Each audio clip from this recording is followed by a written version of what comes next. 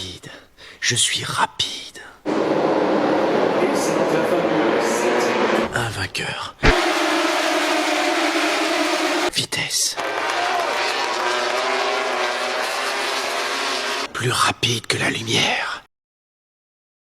Ça, c'est moi, 12 ans, sur une Conti RX 356, 50 cm3. C'est la première fois que je monte sur une moto de vitesse. La même moto où certains pilotes ont commencé, comme Marc Marquez ou encore Maverick Viñales ici sur cette image. La moto, c'est un sport que je regarde depuis que je suis tout petit. J'ai même fait quelques championnats en petit cylindré sur différentes marques comme Suzuki, Honda ou encore Yamaha. Et c'est avec cette dernière marque sur une YZF 125 que je garde mes plus beaux souvenirs. Avoir roulé sur le circuit Bugatti du Mans. Une chance immense quand on se rend compte que tous les pilotes les plus rapides du monde ont roulé ici. Aujourd'hui, dans cette vidéo, j'ai donc décidé de vous parler de ma deuxième grande passion en vous faisant revivre le Grand Prix de France MotoGP 2025. Avant de vous conter le dimanche de course, laissez-moi vous présenter le circuit Bugatti du Mans à travers quelques vidéos qu'on a prises sur place. Ce circuit, il fait 4,185 km et il est aussi mythique qu'exigeant. Il n'y a qu'à voir les premiers virages d'ailleurs. On commence par la courbe Dunlop avec l'un des virages les plus rapides du monde où certaines motos passent à près de 250 km/h avant d'arriver sur l'un des points les plus piégeux du circuit qui porte presque le même nom, la chicane Dunlop. Un enchaînement exigeant qui peut piéger certains pilotes. On a commencé notre tour de circuit ici parce que les Moto 3 sont sympas à regarder à cet endroit. Ces petites motos qui prennent la même trajectoire, font les mêmes mouvements au même moment sont assez belles à voir. Et la vitesse du changement d'angle physiquement, c'est quand même pas mal. Continuons justement avec le virage suivant. Une fois qu'on passe sous le pont Dunlop, décidément encore lui, on arrive sur le virage de la Chapelle. Un virage avec une entrée en descente qui est beaucoup plus impressionnante en vrai, un long droit où il faut rester bien sur l'angle bien longtemps et garder assez de vitesse en entrée pour perdre un minimum de temps. C'est là qu'on a regardé la Moto 2. Si les Moto 3 sont des motos de 250 cm3, les Moto 2 font 765 cm3 et sont 3 fois plus puissantes. On constate déjà qu'on arrive avec beaucoup plus de vitesse et en termes de bruit, ça n'a rien à voir. Personnellement, c'est plus satisfaisant. Et en plus, on a le seul pilote francophone de cette catégorie, le Belge Barry Battus, qui nous offre un joli spectacle avec ce retour d'échappement qui nous offre une magnifique flamme. Ce virage est déjà plus compliqué, le musée. Vu comme ça, il paraît banal, normal, mais il est pas si facile à prendre. Déjà, c'est l'un des premiers vrais virages à gauche après avoir passé un long moment sur le flanc droit de la moto.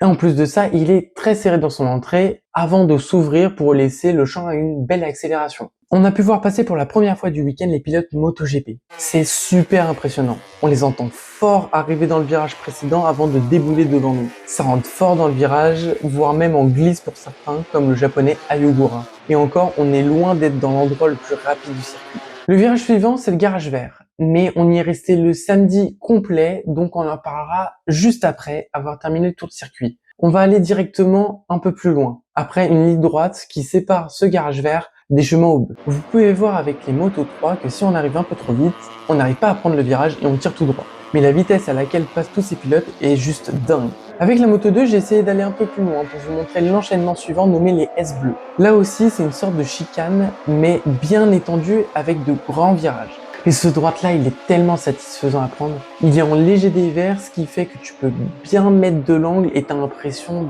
d'être à quelques centimètres du bitume, le corps contre la piste. C'est juste une sensation de folie, quoi. Ensuite, avec le MotoGP, je vous présente la fin des S bleus et ce virage tout au bout, c'est le raccordement. Composé de deux virages qui cassent bien la vitesse mais qui sont ultra importants parce qu'ils conditionnent la ligne droite des stands. Voilà, donc ça, c'était le premier jour. Samedi, c'est la qualif et la course sprint MotoGP. Et pour toute la journée, on s'est donc installé, comme je vous l'ai dit plus tôt dans la vidéo, au garage vert. Le garage vert, il se situe donc entre le musée et la ligne droite qui mène au chemin au bleu. Gros freinage, virage légèrement en descente et une nouvelle fois pas simple à manœuvrer. C'est vraiment un virage cool où il se passe plein de choses. Ça freine fort, ça se dépasse, ça se groupe, il y a même des pilotes qui s'attendent pour prendre l'aspiration dans la ligne droite qui suit. Bref, pour ce qui est de la qualif et de la course, ça risque d'être un sacré spectacle.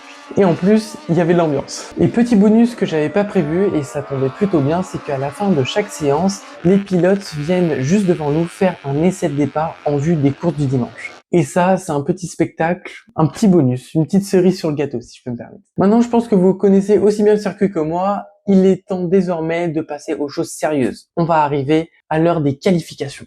C'est là généralement que les records tombent et que les pilotes vont au bout d'eux-mêmes pour signer le meilleur temps possible et se qualifier le plus devant pour la course de cet après-midi, du coup, la sprint. Et à ce jeu-là, le plus fort, souvent, c'est Marc Marquez. À l'heure du Grand Prix de France, l'Espagnol sur sa Ducati rouge et son numéro 93 avait signé 4 des 5 pole positions en ce début de saison. Le seul qui a réussi à le détrôner au Grand Prix précédent, c'était en Espagne sur ses terres. C'était le Français, notre petit chouchou, sur sa Yamaha bleue et noire, le numéro 20, Fabio Quartararo. À domicile, le Français a à cœur de réitérer cet exploit, bien que sa Yamaha soit beaucoup plus délicate à piloter que la Ducati de Marquez. Et vous savez quoi? Les images parlent d'elles-mêmes, je vous laisse découvrir qui a fait la pole.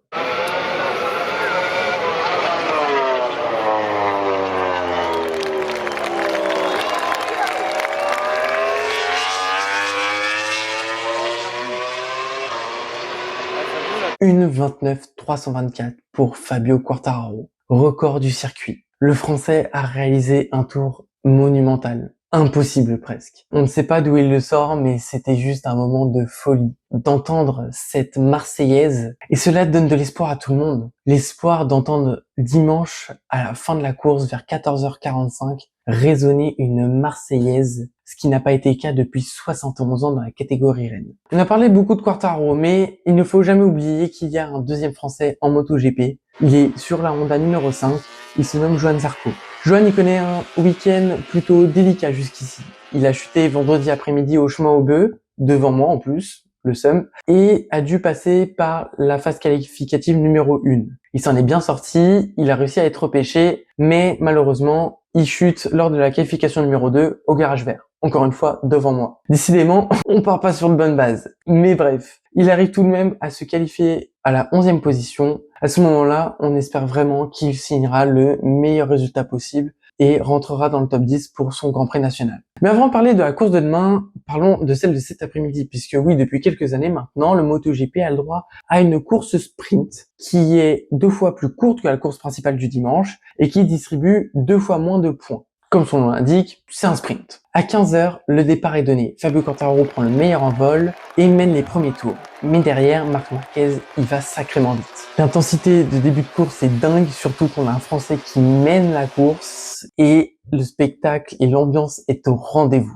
L'ambiance était tellement folle que même le Portugais Mikel Oliveira est venu nous faire un petit coucou en faisant un big tout droit dans le bac à gravier devant nous. Au fil des tours, Marc Marquez remonte et double Fabio Quartararo devant nous à l'entrée du garage vert.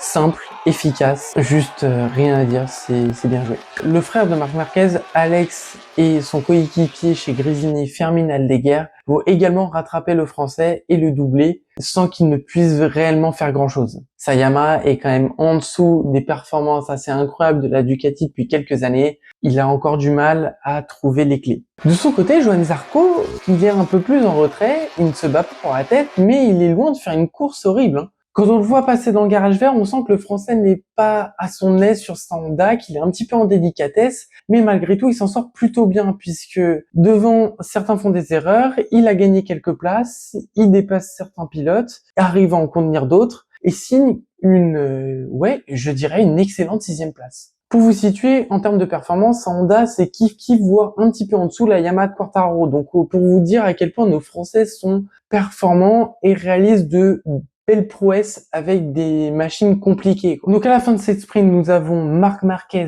vainqueur devant Alex Marquez et Fermín Aldeguer. Mais Fabio Quartararo termine donc 4e et Johann Zarco 6e. Et franchement, on peut être satisfait parce que ça fait bien longtemps qu'on n'avait pas eu nos 2 Français aussi haut dans la hiérarchie. On aurait aimé avoir les 2 tricolores sur le podium, ou du moins l'un des 2, mais bon, ce sera peut-être pour le lendemain, on verra bien. Le plus important, c'est le dimanche. Le dimanche, pour vous dire, on s'est levé gigato pour être sur le circuit avant 6h30. Et je peux vous dire que ça valait le coup puisque nous avons eu une place dans la ligne droite des stands. Mais pas n'importe quelle place, on était exactement en face. Nous étions exactement en face de la première position sur la grille de départ. La pole position, celle à laquelle Fabio Quartararo va prendre le départ à 14 heures dimanche. Et on a bien fait de se lever assez tôt parce qu'à 7 heures, c'était presque blindé.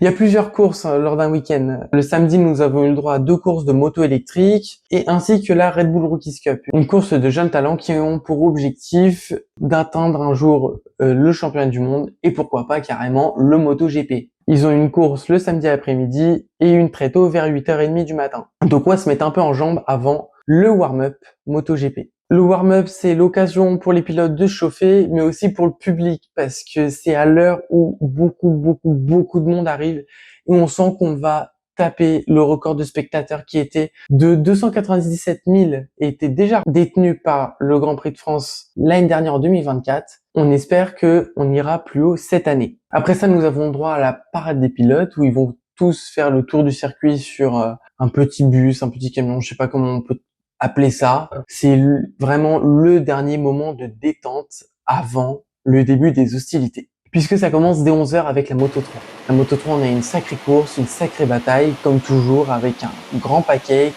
et on savait très bien que le clou du spectacle serait au dernier virage, au raccordement. Surtout quand vous avez ce pilote, le numéro 64, David Munoz, qui fait toujours des siennes. Et ça a pas loupé, il se battait pour la victoire, il a été au contact dans le dernier virage, poussant ainsi le leader de la course, Joël Kelso, hors des limites de la piste avec lui, qui fait que c'est le numéro 99 qui se trouvait là, qui a attendu son heure en 3e position tranquillement, le leader du championnat, José Antonio Rueda, qui va remporter ce Grand Prix. Il a fait ce signe-là à la fin de la course, en mode j'ai piloté avec la tête, et je peux vous dire que c'était réellement le cas. Un grand bravo, c'était une super course et une super stratégie. 12h15 Moto 2, et on rappelle que le seul francophone de la catégorie, le Belge Barry Baltus, est présent. Et bien présent puisqu'il s'est qualifié en 2e position. C'est peut-être, je crois même que c'est sa meilleure performance dans la catégorie. Donc on espère le voir sur le podium. Ce serait une super chose pour lui. La course démarre et il fait du très bon travail, notre Barry.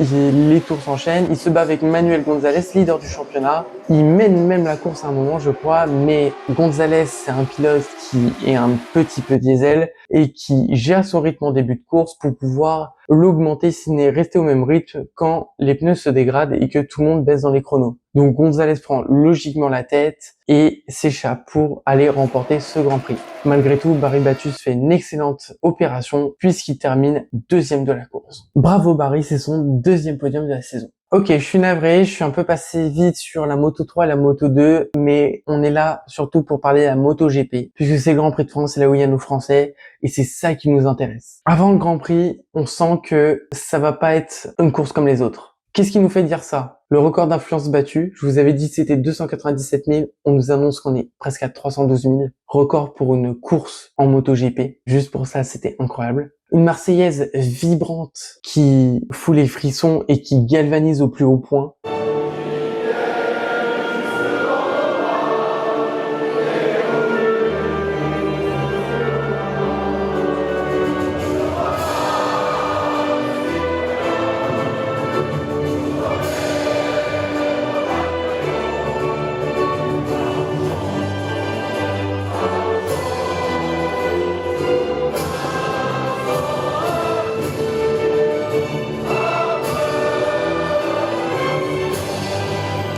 Et 3e élément, et non des moindres, la météo. Puisque s'il a fait beau tout le week-end et qu'on a pris le soleil en plein visage tout le samedi, le dimanche est loin d'être le cas. C'est nuageux, c'est couvert, et il y a même quelques gouttes qui tombent. Du moins au début. Et là, les problèmes commencent. Parce qu'en fait, on est typiquement dans un entre-deux. C'est pas assez humide pour qu'on passe les pneus pluie, prévu à cet effet, mais c'est pas non plus sec, ça accroche pas comme sur le sec, quoi. Genre, on est vraiment sur les conditions les plus piégeuses possibles, sur une piste qui est déjà très délicate. C'est une piste pas facile à apprivoiser, Le Mans. Donc là, la question que tout le monde se pose, c'est que faire? Est-ce qu'on rentre au stand et on change de pneus, ou est-ce qu'on reste dans ces conditions-là et on attend que la direction de course autorise les pilotes à changer de moto pendant celle-ci? Avant la course, il y a toujours un tour de chauffe. Au moment où celui-ci est lancé, les pilotes sont sur des œufs. Ils essayent de juger, justement, ce choix que je viens de vous expliquer. On voit qu'ils glissent tous, qu'ils galèrent, ils sont à 20 km/h.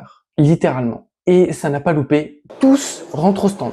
Mais littéralement tous pour mettre les pluies. Les directions de course voient que c'est le bordel, ils peuvent pas lancer 24 pilotes depuis la voie des stands avec 0 personne sur la grille de départ, ça n'a aucun sens. Donc ils préfèrent retarder le départ. Donc on attend 5-10 minutes que tout le monde fasse ses affaires, machin, hop, on revient se placer sur la grille lors d'une procédure de départ expéditive et tout le monde est en pluie. Mais lors des 10 minutes où tout le monde s'est pressé à mettre les pluies, la pluie, elle s'est arrêtée. Comme c'était très peu mouillé, la piste était plutôt sèche. Donc, on fait quoi? Ils partent tous en pluie, mais au dernier moment, un peu plus de la moitié, peut-être 2 tiers des pilotes, qui décident de rentrer au stand, finalement, de mettre les slicks et de partir de la voie des stands. On peut faire ça, mais le règlement est nouveau cette année, et quand tu fais ce genre de manœuvre, tu dois faire 2 pénalités de tour long. C'est-à-dire que tu dois prendre une échappatoire qui va te faire perdre 3 à 4 secondes à ton tour au niveau du garage vert. C'est la ligne verte qu'on voit sur certaines des vidéos. Et parmi ces pilotes qui sont concernés par cette pénalité et tout, nous avons tous nos favoris. Alex Marquez,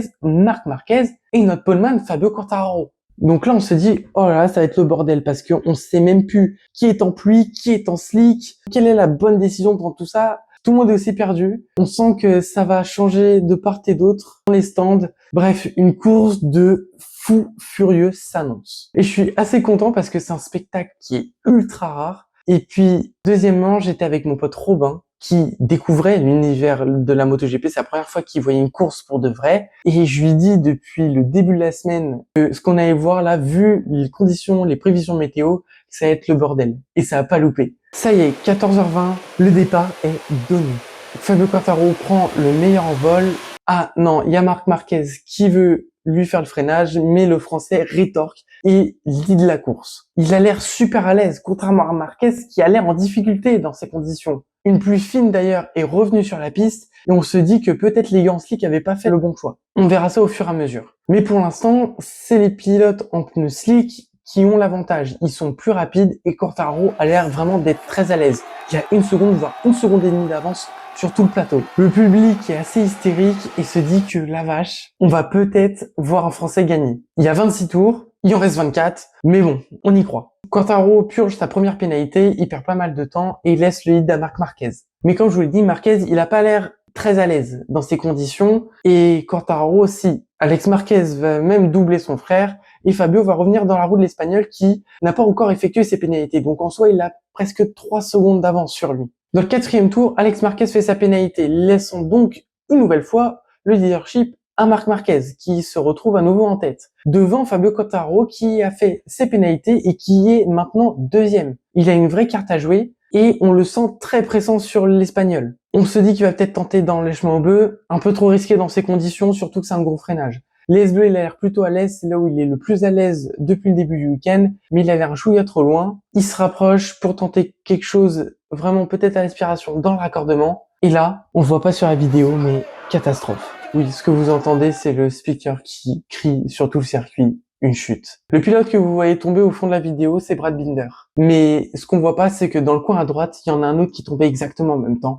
Et c'est notre Français. Quartararo est parti à la faute, peut-être un petit peu trop optimiste, un peu trop pressant sur Marquez, ce qui lui a fait commettre une erreur sur le point le plus piégeux du circuit, en tout cas dans ces conditions. Le Français repartira pas, c'est donc un abandon pour le pilote Yamaha. Là, je vous avoue que la clim sur le circuit, parce qu'on voit tous nos espoirs de victoire française et de Marseillaise voler en éclats. On se dit que voilà, ce sera pas pour cette année et tout. Les planètes avaient l'air alignées pour le coup. Mais le spectacle n'est pas terminé, puisque la pluie se remet à être assez violente et les slicks ne sont plus assez performants et sont même dangereux. Ce qui a causé la chute de Quartararo d'ailleurs, puisque la pluie a commencé à s'intensifier lors de ce 4e tour. Donc la plupart des pilotes en slick sont entrés au stand. Et là, je vois un truc qui m'échappe pas. Au 4e tour, Johann Zarco est 13e. Il part 11e, c'est pas forcément un bon départ. Après, pour la défense de Johann, il est pris dans l'accident de départ à la chicane d'Alop, causant l'abandon de Joan Mir et Francesco Bagnaia. Donc il est reparti dernier, il a déjà fait une sacrée remontée avec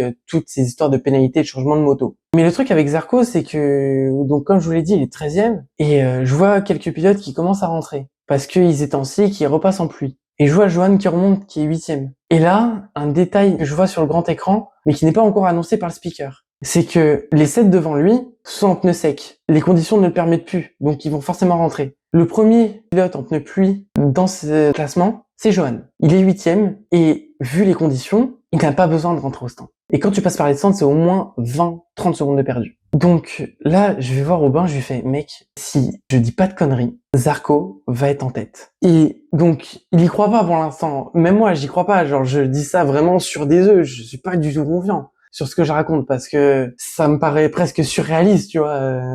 C'est fou. Et là, je vois qu'on entame le 6e tour et tu vois Alex Marquez, Marc Marquez, Ferminal Deguer et les 7 premières entrées. Et ce qui arriva. Johann Zarco passe tranquillement et le voilà premier. Et puis, on est passé d'une clim à un chaudron. Parce que quand Johann passe le musée, l'annonce est faite. Johann Zarco est en tête du Grand Prix et il a un boulevard d'avance sur Marquez. Marquez qui va commencer par remonter puisque ses pneus pluie sont neufs, ils ont pas les 6 tours sur le mi-sec mi-mouillé de Zarco qui a des pneus assez fortement endommagés. Mais lui, il adore ça. Il s'entraîne très souvent avec ce genre de pneus détruits. C'est les conditions parfaites pour lui. Et on le sent. Mais le truc, c'est qu'il reste 19 tours. 19 tours où le circuit de 4 km 185 a l'air d'en faire 34, où chaque tour de 1 minute 40 a l'air d'en faire 15. C'est juste, vous imaginez pas. Surtout qu'il nous laisse aucun répit, Johan. Parce que il avait peut-être 5 secondes d'avance, on se disait, bah voilà, 5 secondes, c'est quand même énorme comme écart, il peut gérer ça. Mais non, on voit l'écart qui monte à 8, à 9, à 10, à 12, à 13. Il s'arrête pas. Il s'arrête pas. Chaque fois qu'il passe sur la ligne, c'est comme s'il gagnait. À chaque tour, il gagnait le Grand Prix. C'était une sensation de malade mental. T'as la gorge qui se noue, t'as les yeux qui mouillent. Tu te dis, mais en fait, on peut l'avoir. Elle arrive. Et quand on voit ce dernier tour, c'est juste,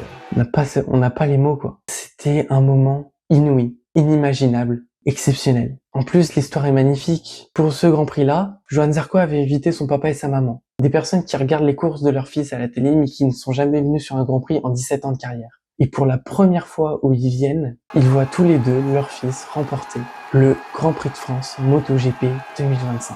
71 ans après le dernier Français en date. À ce moment-là, je vous avoue que on a du mal à imaginer ce qu'on est en train de voir, ce qu'on est en train de vivre. C'est juste fou. On profite du moment, on profite du salto de Johan, sa célébration quand il gagne depuis qu'il est en moto ou même en 125, je sais plus. Cette Marseillaise improvisée, ce podium inespéré, que tout le monde attendait, c'était magique. Je pense sincèrement que c'était l'un des grands moments, si ce n'est le plus grand moment de sport de cette année 2025.